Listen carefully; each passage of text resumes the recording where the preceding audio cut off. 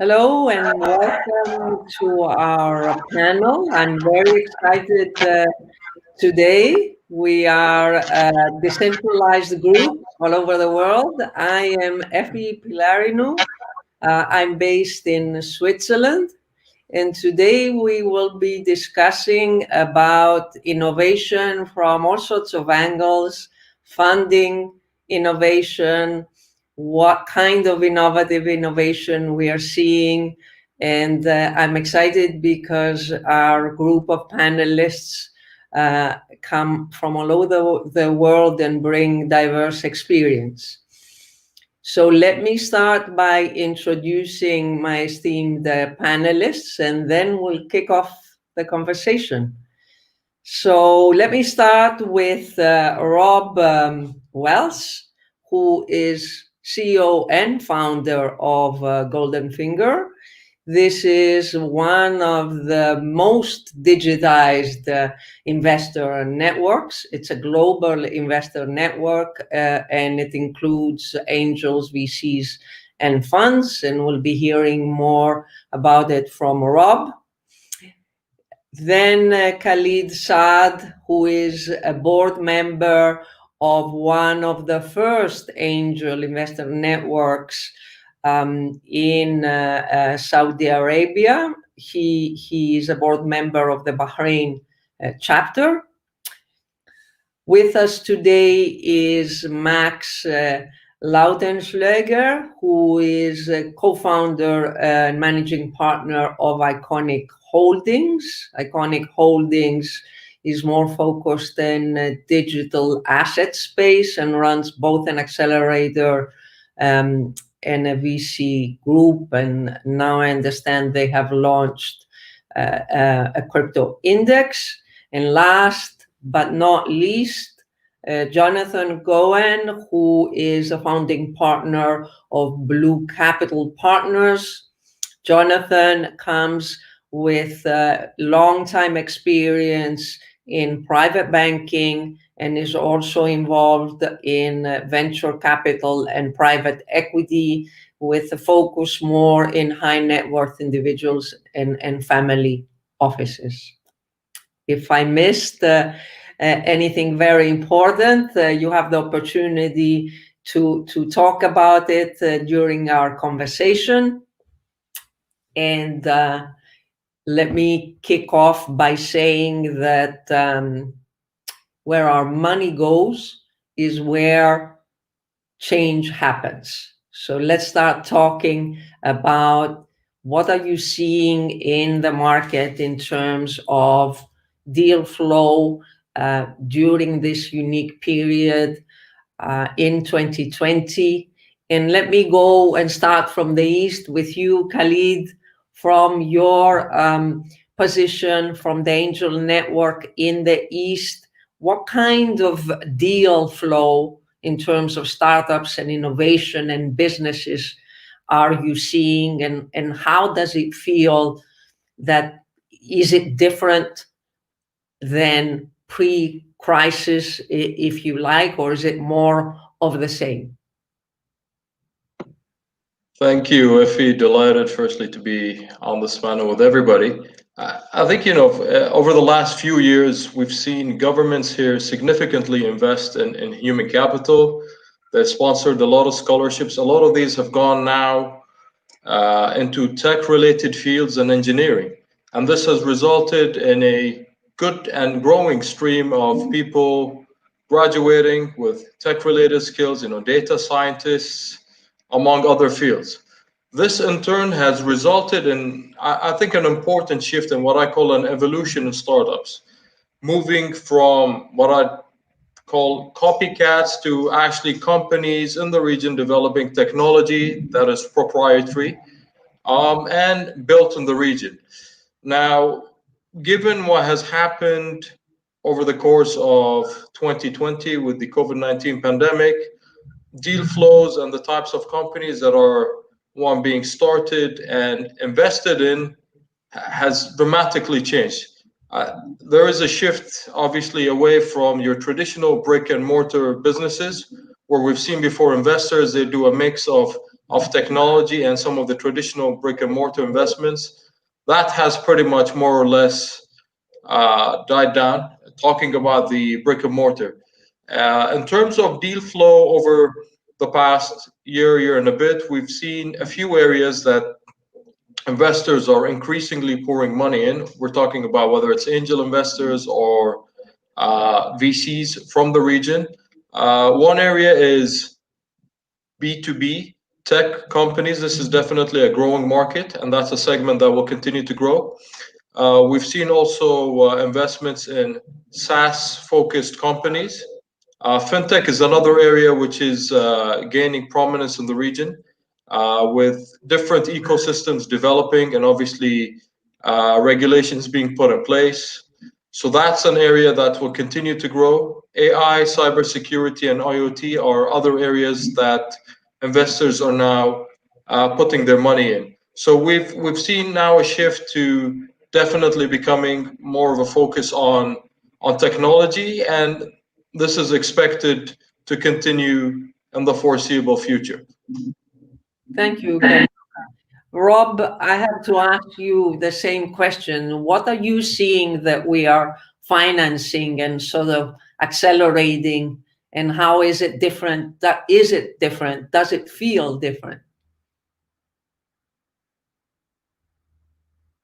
We can't hear you, Rob. You're muted. Okay. Sorry, how's now? So thank you so much, Effie, for having me today and hosting this. Yeah, I've seen a lot of changes over since I like to call it like March, around middle of March when COVID hit New York City and hit the United States really hard. And I would say the first month, 2 months, was sort of like a shockwave. A lot of people, some people weren't even conducting business at the time. Although I was a big advocate for it because I was like, well, in a month or two, when you got to basically when the fog sort of clears, and people will be like, what's going on with my business and where is this heading? Investors, I know a lot of investors that took a lot of hits in the market in March, April. So a lot of investors sort of sat for a little bit, held. I think a lot of people thought it was going to bounce back after a month or two, couple of months. Of course, I thought it was going to be a long-term thing from the beginning, and then slowly you started seeing things shift. So I would say for the first, till maybe May, June, I didn't see a lot of deployment of capital, but now things have shifted. So let's say, for example, away from like Khalid was saying, away from brick and mortar, away from real estate, unless the revenue generated projects. Seeing a lot of, obviously with the printing of the US dollar, 26% of the entire money supply in the last, 9 months, you have a big move into digital assets. Bitcoin is it's around, I think it's around 20,000 or something today. So I've seen that, around triple in the last 9 months. And then more and more products that are being packaged up for, large institutional investors with digital assets, as well as some family offices and so forth. And a lot of technology, of course, moving into a lot of stuff, moving into tech, SaaS, always for now, cybersecurity, IoT. I would say, everyone's had to reinvent themselves, or if you're not reinventing and innovating right now, you're going to have major problems. I think that goes for every major business right now, because all of our habits are completely changing. If you think you have it figured out in this market, you have to really, in my opinion, really keep your eye on the ball on a daily basis.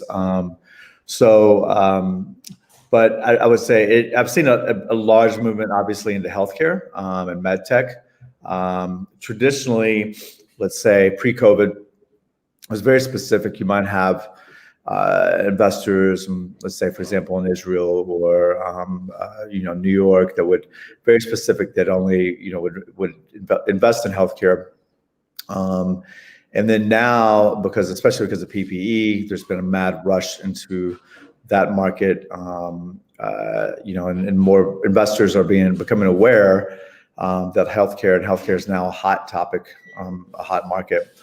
So I've seen a lot of investors that normally would, in the past, pre-COVID, might not look at healthcare or medtech type projects, and now they'll get into that. So I hope that answered your question. It did answer my question, but I'll circle back to also ask you about specific thematics. I mean, you already mentioned health tech as a major sort of growth area, but let me also ask the rest of our panelists. Jonathan, you also have a public market experience, and we see now in the markets a lot of these grown up tech companies IPOing. We see a lot of SPAC deals. What are you seeing in terms of your client base and your network? What are high net worth individuals, family offices looking for? Is there a shift between the mix between public and private markets that you're seeing, and a shift in interest in thematics like Rob mentioned? Hello. First, thank you, Effie, and all of the panelists to join. Pleasure. Just for the record, just moved from London after 21 years in the city to Lisbon, which is a tech hub. Unfortunately, I haven't had the opportunity to discover yet because of COVID, but been here a few months and been 20 years in private banking, dealing with high net worth individuals from emerging market to developed markets. I definitely have seen a big shift in rotation in terms of asset allocation. And I see a strong desire to go into the private equity space, i.e. the unlisted market. You can say that you could have started the year with 100, lost 20, 30% in March, and now you are plus 20 to 40% on your portfolio. So the ultimate private client has had a lot of opportunities to have a heart attack along the journey. I foresee volatile market conditions next year, in the next couple of years.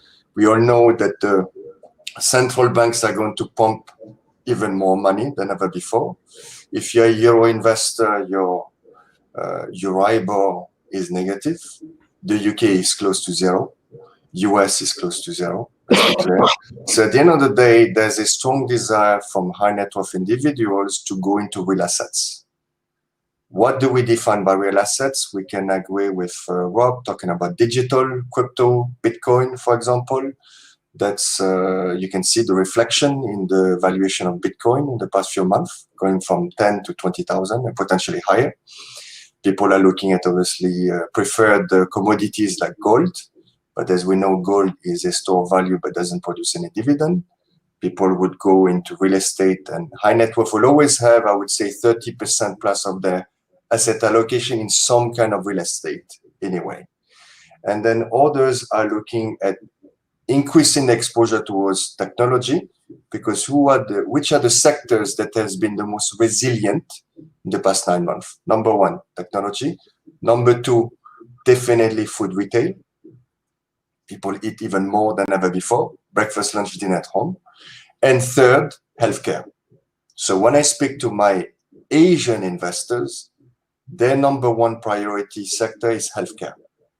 And healthcare, I mean digital health, biotech, medtech, and other type of healthcare service or product that they can import back to the region. If we look at a monster called China, well, they have a unlimited appetite to invest globally into this particular sector. So I'm very active in the healthcare space right now. Food retail, because clients are looking for predictability of cash flow, because buying a government bond will not take you very far. We all know that most of the developed governments are literally bankrupt, and the COVID is expanding the debt component on the balance sheet. So clients are really looking to go private equity because they do not want to take the volatility of the listed market. So in a nutshell, in a way, if when you mention SPAC, well, SPAC is a very smart way to raise money, cheap money, with more, I would say, flexibility when it comes to regulation from capital markets. And you can see from EdTech, there's been a lot of EdTech SPACs. There's last one just going to be listed in New York to raise something like 300 million euros to invest in multiple sectors in technology. So in a way, it's like having a listed VC or a listed stock. And but again, you have to be very, very careful, because you need to look at the PPM, you need to look at the prospectus, where those funds going to be deployed, because at the end of the day, there's a lot of bad experiences. If you go back in the past, since 2008, some SPACs were used to raise close to $500 billion to invest in commodities. The residual value of the stock is zero. So again, I would cautious retail investors, because they are the ones who are going to eventually buy those listed shares, to really look at the credentials of the investor and the acquisition target of the SPACs. Great, So, Jonathan. Thank you Thank for sharing your point of view. And now to Max, to get your point of view. What are you seeing? And I'm going to use the term that Jonathan said, the real assets. We all know what real assets meant in the traditional world, and now, you know, we find ourselves suddenly considering Bitcoin, at least, and other crypto currencies as real assets. So we've definitely redefined what a real asset is. Maybe the definition is anything that has a low beta to central bank printing. Maybe that goes in the textbook. But tell me what you're seeing from the accelerator, from your fund activities, from your network. Yeah, thanks a lot, first of all, Jonathan, for calling Bitcoin and cryptos real assets. Not a lot of people do that.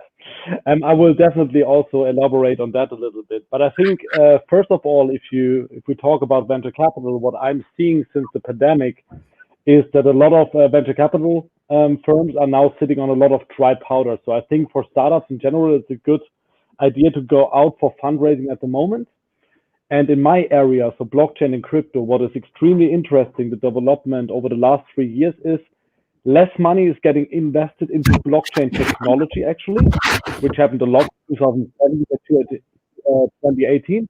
Actually, most of the funding right now goes into crypto companies. So it's really about crypto assets. And the reason why is because if you see there was a hype in 2017 around crypto, and I will still call it a hype because there were a lot of gamblers in the market. There was a lot of speculation in the market. But at the moment, if you see the current spike, it was caused by institutions getting into the market. You can now see publicly listed companies in the US that hedge their balance sheet against fiat money inflation, against the US dollar, what Rob mentioned earlier also, then Khalid. So against the inflation of the US dollar, against the inflation of the euro, they put Bitcoin and Ether on their balance sheet. So it completely changed. It's not something to gamble anymore. It's actually something to reduce the risk and to risk yourself. And that's very, very interesting. And the more money we are printing here, and the more interesting it gets. And maybe just very quick a comment about Bitcoin itself, why I also believe it's a real asset, it's digital gold. And if you want to model the gold price, you normally use the stock to flow ratio, which basically tells you normally how much gold is there in the earth that still can get mined, and on the other hand, how much gold is there total supply in the world. And if you now have 1 ton of gold that you get out of the earth per year, and you have 1,000 tons of gold in circulation, then the stock to flow ratio would be 1,000. And the funny thing is that for Bitcoin, the same logic applies, because we know now that every 10 minutes you get 6.25 additional Bitcoin, and we have around about 18.5, 19 million Bitcoin outstanding at the moment. And why this is so interesting, if you now apply the stock to flow model, which is normally used for real assets, to crypto, you can clearly see that it behaved exactly according to the stock to flow model the last 10 years. And if we now take the model to 2021 to 2022, we can actually see that Bitcoin is, according to the model, this is not a personal prediction, of course, that the Bitcoin price would rather go to like 100, 200,000 US dollar. And that's very interesting, I think. And I also completely agree with the hypothesis of Jonathan that real assets, especially private equity, hedge funds, all kind of real assets are extremely important for diversification, because in a traditional portfolio with bonds, stocks, real estate, and commodities, you definitely have to include private equity, infrastructure, and hedge funds as well. And of course, in my opinion, also crypto assets. Thank you, Max. Thank you. Let me circle back a little bit also to ask you along the lines of thematic investments and the kinds of innovations that you're seeing from the startups that are coming and from the deal flow that you're seeing. Are you seeing innovative business models? Are you seeing, I heard from you, B2B and SaaS is definitely continues to be on the, more valuable and a priority. Are you hopeful that we can repair our economy with some kind of new small business type of model? Because up until now, what has been valued is the big corporates with the large network effects. Are we seeing some innovation or the start of some innovation? How are we going to repair our economy? What kind of innovation are you seeing being funded and appearing that might be hopeful, if you're seeing any, or is it too early? Anybody can answer. Yeah, I'll jump in here. I think in any society or economy, you've got the bedrock of that economy is SMEs, and these values range from 50% all the way up to over 90%, depending on where you are. And so obviously they contribute significantly to both economic growth and GDP. I think the impact that COVID-19 has had on this segment cannot be overstated, and it's nothing short of devastation. And obviously this is due to a few reasons. One is a lot of SMEs now have significant liquidity issues, diminished demand. The other thing is obviously inflexible operations and supply chains. So that's another big issue facing SMEs. And I think there's also disproportionate representation of SMEs in the most hard-hit segments of the economy, whether we're looking at retail, tourism, restaurants, among others. So I think we're looking at a few things. We're looking at quite a lot of SMEs have either wound up, gone bankrupt, or are in the process of going bankrupt. Quite a few have pretty much adopted technology and that tech enablement. So that's very important to adjust to the new reality that they're facing. Now, over the next few years, I think obviously we're going to see a lot of SMEs disappear. That's going to take most certainly a few years to get to pre-COVID-19 levels, or where we were in 2019. We've seen a lot of new SMEs spring up, definitely in the technology area, to one, disrupt existing sectors, or to enable those traditional SMEs that are still surviving and afloat to adjust and adapt to this new reality. So for me, I think it will be a combination of how do we help those new existing SMEs survive, one, to keep, obviously to help an economic growth rebounding, and two, it's going to take a few years to get to where we were, but the landscape and the composition of those SMEs are going to look very, very different. So we're, I think, in the middle of that process. From what I've seen, and obviously what's happening in the region, obviously we've seen SMEs disappear, but we've seen quite a lot of new companies that are coming in, providing existing SMEs and other businesses with platforms to give them the analytical, payments infrastructure, digital marketing platforms, even things like medtech was mentioned, appointment bookings, online consultations. So we've seen SMEs, new SMEs flowing in, but I think it's going to take quite a few years to get back to where we are and to have this new, what we call post-COVID-19 SME ecosystem landscape. Rob, what are you saying? Well, complex question. In regards to the economy, I've been through multiple, crashes. I've been through the subprime crisis, first tech bubble in 2000, crypto crash, cannabis crash, all different things that through the years. And this is by far the worst that I've seen. We haven't, in my opinion, humble opinion, we haven't even started to see the economic effects from what we're currently experiencing. Like I said, but back when March, people first said, there's going to be a lockdown of 2 weeks in New York City.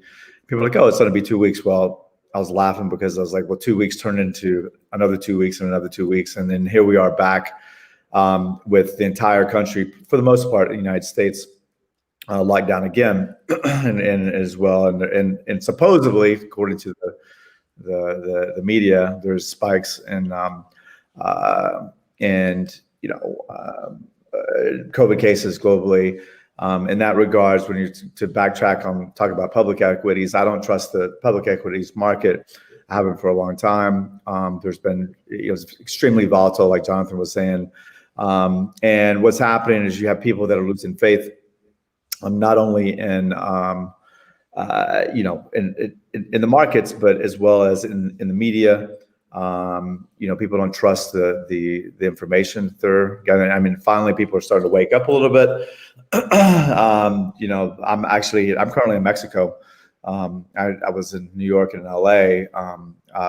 There's no point in being there because everything's going back in lockdown again. I see Detroit. Well, actually, I was in New York a few weeks ago.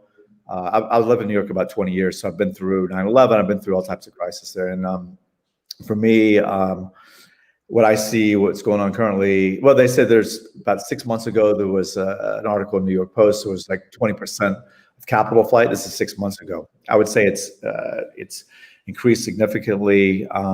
There's probably, they've estimated around 25% of residents of New York City, of Manhattan, which is around 8 million, have already left the city. I think it's more about 30-40% already.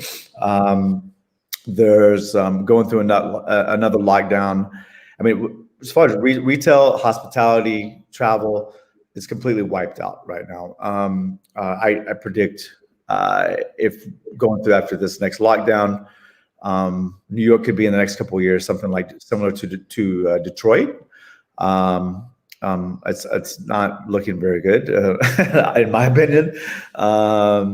And the retail is just barely holding on. Same with the independent restaurants, so forth. There's no way you can afford the exorbitant rent in New York City, and when you're only open a couple of hours and with a limited, capacity, right? It's impossible. So when you go into the real estate market, you're talking about trickles of. There's been, some bailouts of mainly going to the large corporations, but you're talking about 6 months, year to years out before the bankruptcies and foreclosures really start to hit. So you're having this ongoing trickle effect. Now, there was a very interesting article out I read last week. Two articles I suggest people Google and read. One is a white paper that was released from the World Economic Forum.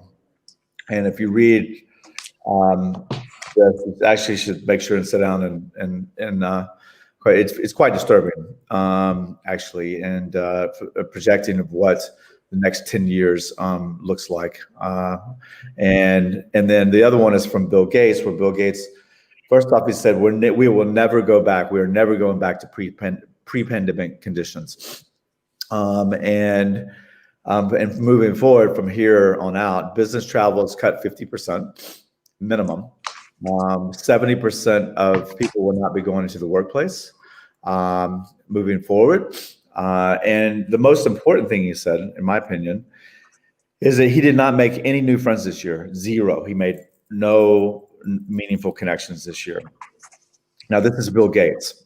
Now, think about the effects of this and how strong that statement is. I mean, I'm actually, pretty moving around. I'm actually meeting some people, but I've, like I said, I used to come home with 25 to 50 new business cards in my pocket every day, right? And pre-pandemic. Now I think I got one business card last week, and that was the Uber driver that took me to the airport. But Rob, let me ask you the following. I mean, you are running Goldfinger, which maybe Max, you should rename Iconic Holdings to Bitcoin Finger instead of to become cousins, right? But my question is, how digital has your business become, or are you digitizing your business, which is all about investing and deal flow and networking? Has that started? What is the plan, and what are you seeing in that front? And to all of you, after we hear from Rob, what are you seeing in that disruption in terms of digitizing how the VC world works and how the private equity world works? Rob, to you first. Oh, thank you. Yeah, I mean, actually, to be straightforward, COVID-19 pandemic it's been the best thing that's ever happened to us. It's a lot of things. It's timing. We're the first virtual digital club, first virtual global investment club. So we started in 2014. I've been preaching for 6 years, that the value is in the people, not the venue. For example, Harvard Club or Annabelle's in London, or any of these social clubs where people go, and we're focused on investing, raising capital. And so like right now, you can't go to Harvard Club, you can't go to Annabelle's in London. So so it's forced. Now, we were doing a lot of in-person stuff pre-COVID-19 because of simply behavior habits, right? The nature of our clientele, being high net worth, which people like to meet in person. I still love to meet in person as well. You can't beat that. But that's just been, everything's been put to a halt. So for us, we quickly pivoted and we modified things because of COVID, but we've always been a digital club, and we rolled out very quickly an MVP of a new product in April, a second version in August. Now we have a wait list of banks, family offices, funds. So we're now creating, so for example, everyone on this call, we're now creating private clubs in our system, investment clubs digitally, 4 different groups. So you can still have your private club and then cross-pollinate deal flow as well as investor networks to others. So we actually built systems. My whole thing is I build systems to help people, right? Help entrepreneurs, help investors, help them solve problems. And so right now, a lot of people are trying to figure out how to operate in this space. And, we have 6 years, of thought behind it, and just making it better and better. And so my objective is really to connect. I've always said this: you can work siloed. Even pre-COVID, people were siloed. There's different innovation and different investor networks. Like, for example, Khalid's, I'm sure is very strong and UAE. But it's very, very simple. If you work collectively and everyone works together instead of separately, it's exponentially greater. It's a very, very simple concept. And I'm always say right now, if you're not collaborating, if you're not doing something that's globally and sustainable and socially conscious, and if you're not innovating, you're gonna have some major problems in the next few years. That's my opinion. But thank you. Thank you, Rob. I mean, I want to hear from all of you, and what I have in mind is sort of the big, large-scale experimentation that happened in 2017 with the ICOs. That was, I think, the sort of the biggest threat to the way early stage investing is happening. What are you seeing that has actually changed during this pandemic in terms of how how capital is matched with investors? So for me personally, that has nothing to do with the pandemic, really, because I mean, ICO or the whole crypto and blockchain space, we are digital regardless. I mean, if you look now at my job, for example, it's more or less exactly the same as it was pre-pandemic. So not really much change for us. But I'm sitting here in my office with my colleagues. We are meeting people every day. Everything is fine so far. Yeah, business is going better as always. So I'm very happy. But coming back to the ICO and how they were supposed to disrupt venture capital, the vision or the hypothesis behind still holds true 100%. One day we will have decentralized access to early stage investment into tokenized investments, which will represent a security. If this is a debt instrument or an equity instrument, it doesn't matter. But what we saw in the ICO hype is that useless tokens were given out, were issued, that had absolutely no intrinsic value. But in the future, every real world asset, stock, bonds, gold, it doesn't matter, everything will be tokenized. And through tokenization, we will make it fungible and fractionalized. So I will be able to trade a part of a venture capital holding I'm having with maybe 1% of a Picasso painting, and will trade that against the Tesla share and that against the skin I have in an online game.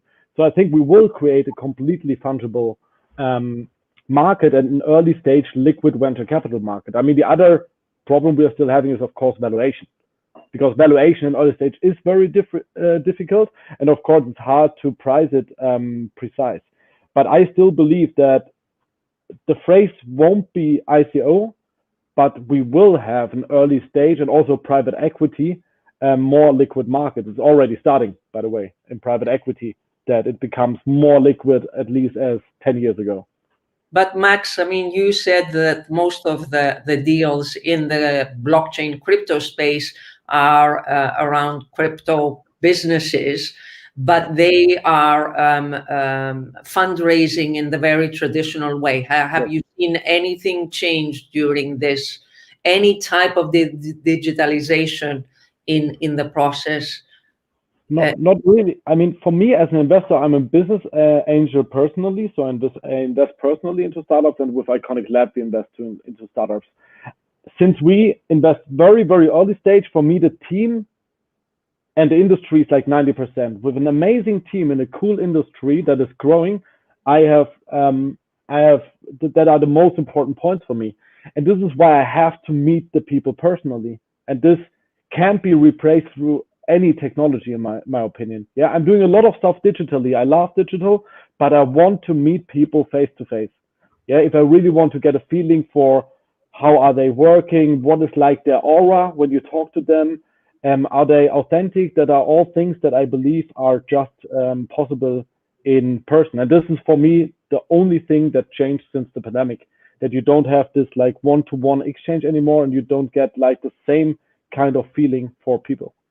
But you have not seen any sort of improvement in terms of transparency or analytics of deal flow or secondary market. Any of that nature hasn't really changed.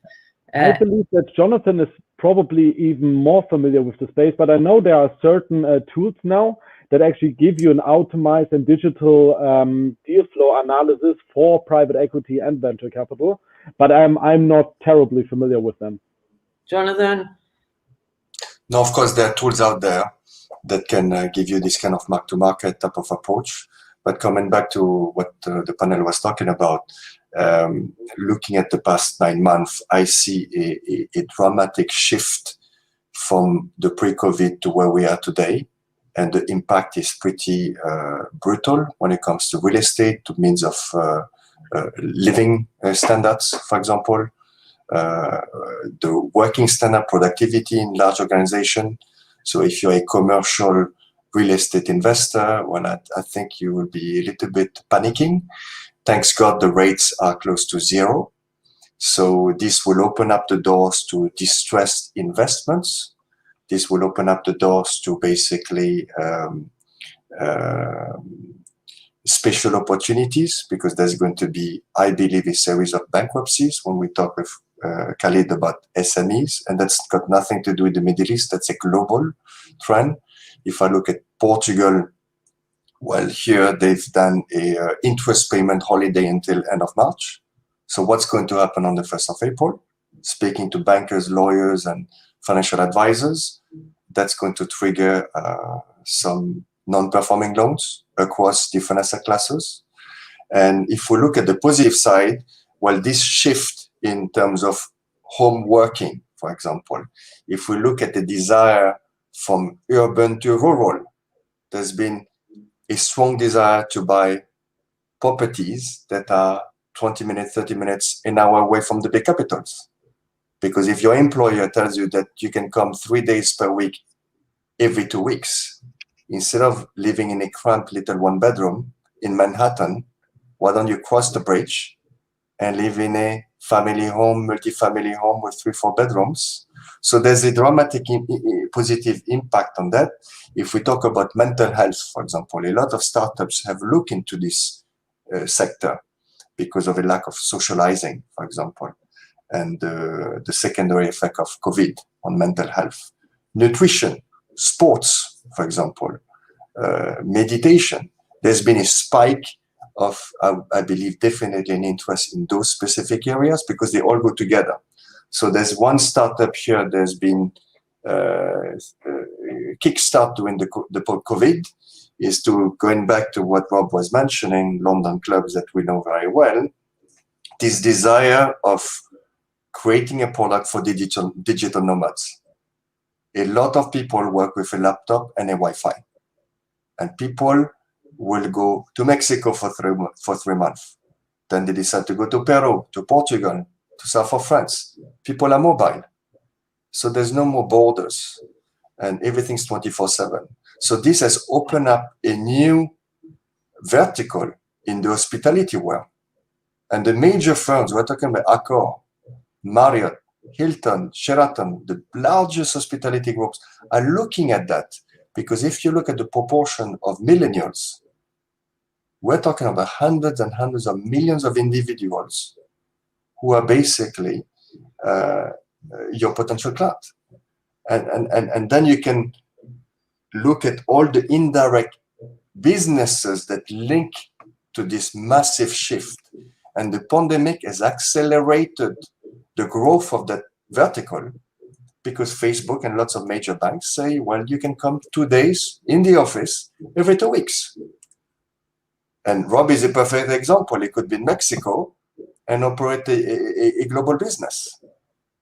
And this is starting to become mainstream, and I can see more and more startups adapting the business model for this new market, this new world, that I personally believe is here to stay for a long time. When you speak to very large billionaire clients who own tens and tens of large hotels around the world, and when you ask them, when do you believe we're going to come back to the pre-COVID? All of them are giving me numbers of 2025. It was already in 2024, up to 3 months ago. Now it's 2025. So there's 5 years, 4 years of challenges in front of us. The good thing is that rates are going to be close to zero or negative. So that's going to slow down to some effect the bankruptcy, but that's going to open the opportunity to pivot. Very large monster dinosaur sectors that have no choice to pivot. If not, they're going to go bankrupt. So there's good and bad, but I try to focus on the positive side, and I can see definitely some blossoming of very smart opportunities globally, and my clients are looking at those individually. But at the end of the day, I believe they are interconnected to quite very large sectors of our economy. what I'm hearing from you, Jonathan, is an underlying shift for a change of in the workplace and in lifestyle in general at all levels. So you bring a great point. There's been a shift of the narrative of what is normal, what is innovative. So what, and we all know that first we have to have a narrative shift, and then we start creating products and services, and then, you know, everything changes and it scales. So let me ask you all, what are the narratives that you think have really changed, underlying, and what has surprised you positively this past year and connected to these narratives? I think, Jonathan, you already mentioned some of those that are positive in terms of, you know, taking care of our health on a personal level, meditating more, maybe being in nature more, and combining it better with our work, or not being forced to relocate to take the dream job, maybe. What else? Quality of life. Focusing on being a better family, husband, boyfriend, or whatever. There's been a desire to focus more on nature and things that always existed, but somehow people forgotten about it.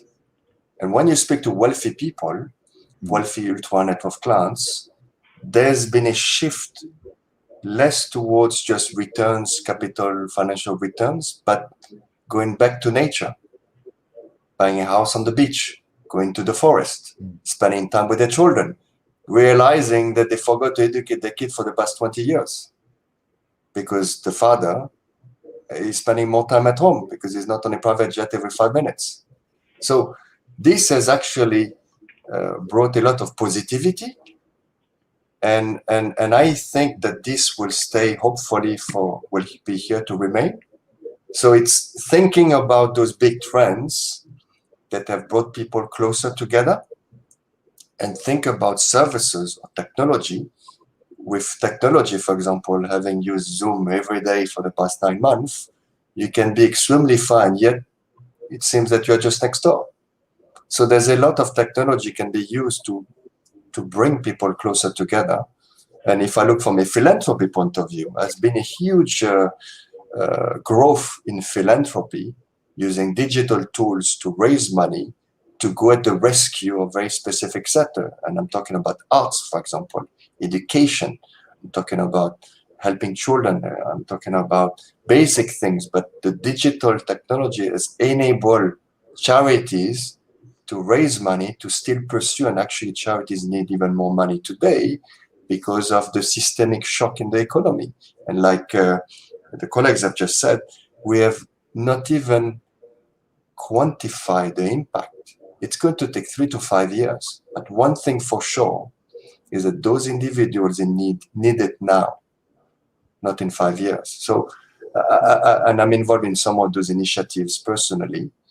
And technology is a fantastic tool to reach out to a global target audience. So when it comes to raising money, it's a fantastic tool because you could be anywhere on this planet and be able to be local in your investment objectives.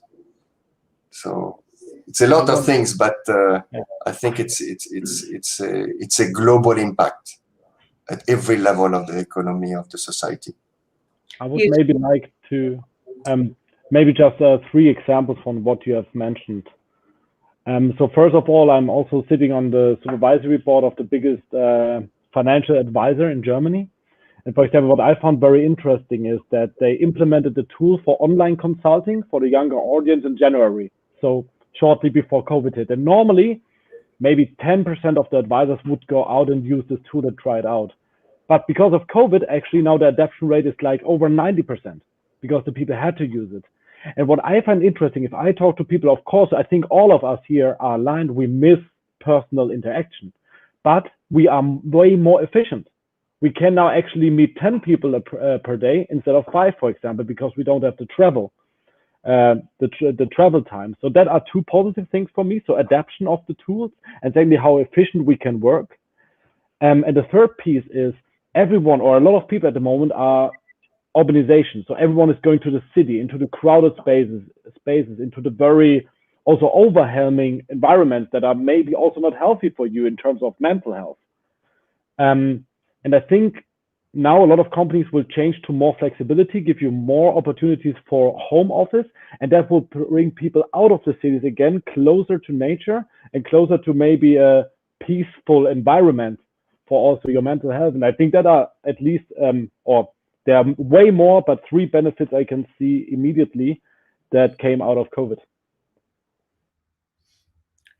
Is sustainability also tied to what you have already mentioned, or is it more, is it not so much an issue and a theme and a narrative that is coming bottom up, if you want? Sustainability, I think, to be very honest here, I don't want to say something positive if there is nothing positive. I believe we will, or basically also Khalid, Jonathan, and Rob all said that we will feel the outcome of the pandemic in a few months and a few years, the economic outcomes in terms of numbers. And I personally believe if the big companies are making less profits and have financial issues, sustainability will not be anymore number 1 goal. It will be a number 10 priority. So I think actually that sustainability and environment-friendly policies in companies will not be priority 1 the next 5 years, because we have severe other issues that have to be fixed first. So this is actually my major concern with the pandemic, the environmental issues we will have in the future.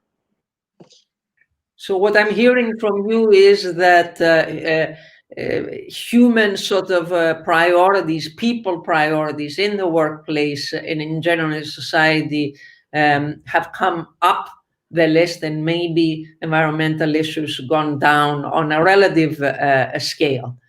Khalid and Rob, what are you seeing? What are you think are the big narrative changes that have happened naturally during this pandemic because of the reflections, because of the environment, because of the scale of the impact and the complexity of the impact?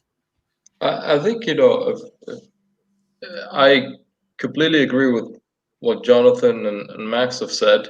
One of I think that the benefits has been to take a step back, calm down a bit. I think we were leading very rushed lives, and I think in a lot of cases, probably this being rushed was unnecessary. I go back to the point Rob said, he'll get 25 to 50 business cards. I used to lead completely that life, and I think now, we've become much more efficient. Nothing could replace a human-to-human, I think, perspective and contact. I think that's irreplaceable.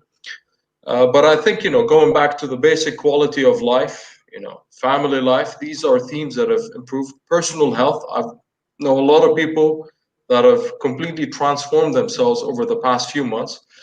The other thing that I think surprised a lot of people and surprised me was how quickly some companies that were completely resistant to remote working and doing things increasingly more so using technology have adopted very quickly to this new world. And some companies have gone from we will not tolerate any remote working to now allowing up to 75% of their staff to work remotely. And I believe this is a permanent shift. I think the other thing that a lot of companies have realized is they don't need massive offices, spend millions on rent. People can work remotely. It is much more efficient.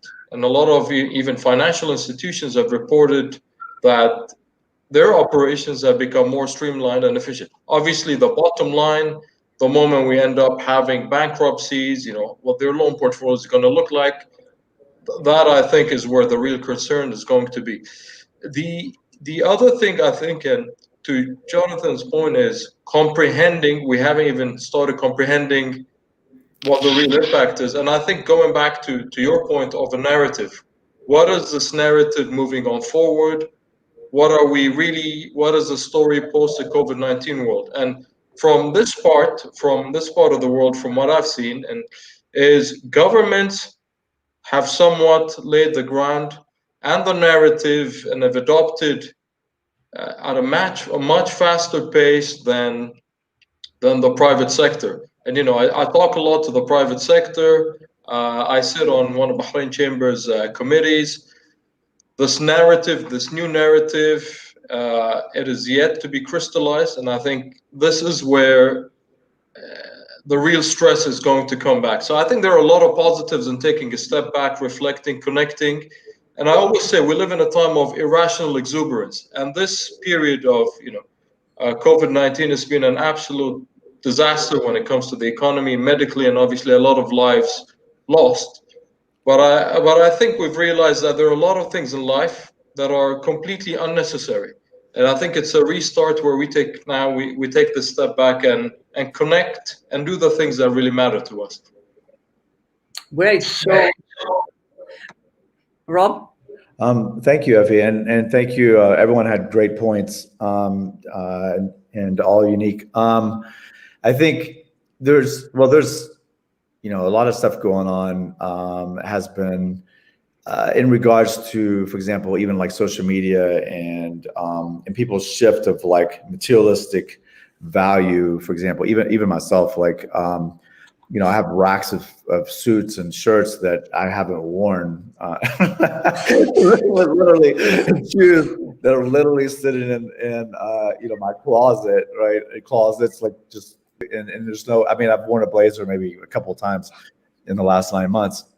But yet when I go out and I look at something and I'm like, oh, this looks great, like in a shop, and then I'm like, can I possibly use this for? What can I? I mean, everything's changed, and it's just simply a waste of money. I mean, it's and it's only how many shoes can you wear, and how many pairs of and this is going on across the masses. Even if you look at like Instagram and social media and stuff like that, like people posting. I mean, people are starting to post crazy stuff because they're quarantined and everyone's needs is going a little stir crazy per se, but so that's changed. Even if you look at certain platforms, like in my humble opinion, even platforms like Instagram, and obviously very successful, Facebook, so forth. They're outdated. They're not relevant in my opinion as much anymore, right? I mean, obviously they're not going anywhere, but there's this new resurgence of like new platforms that are relevant, right?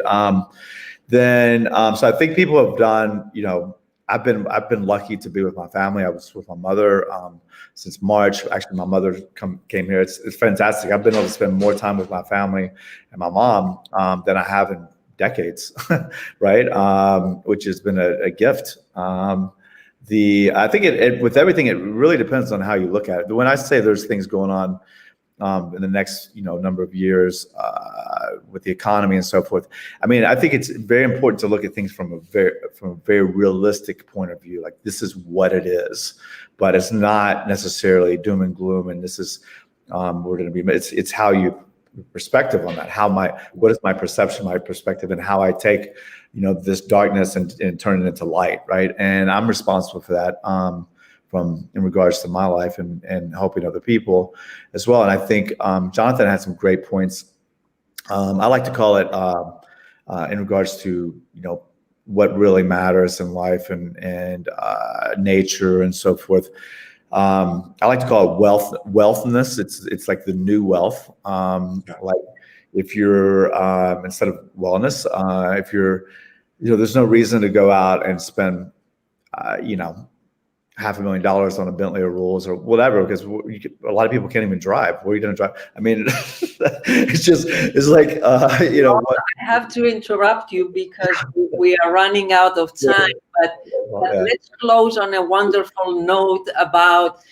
I think we've had an opportunity to each of us redefine what wealth is. And each of us has a new idea of what wealth is, and that is the big shift that has happened clearly. Let me thank you again for this very interesting conversation. Thank you. Thank you very much. Thank you very much. Thank you. It's been a pleasure. Thank you Thank very you. much. Bye-bye.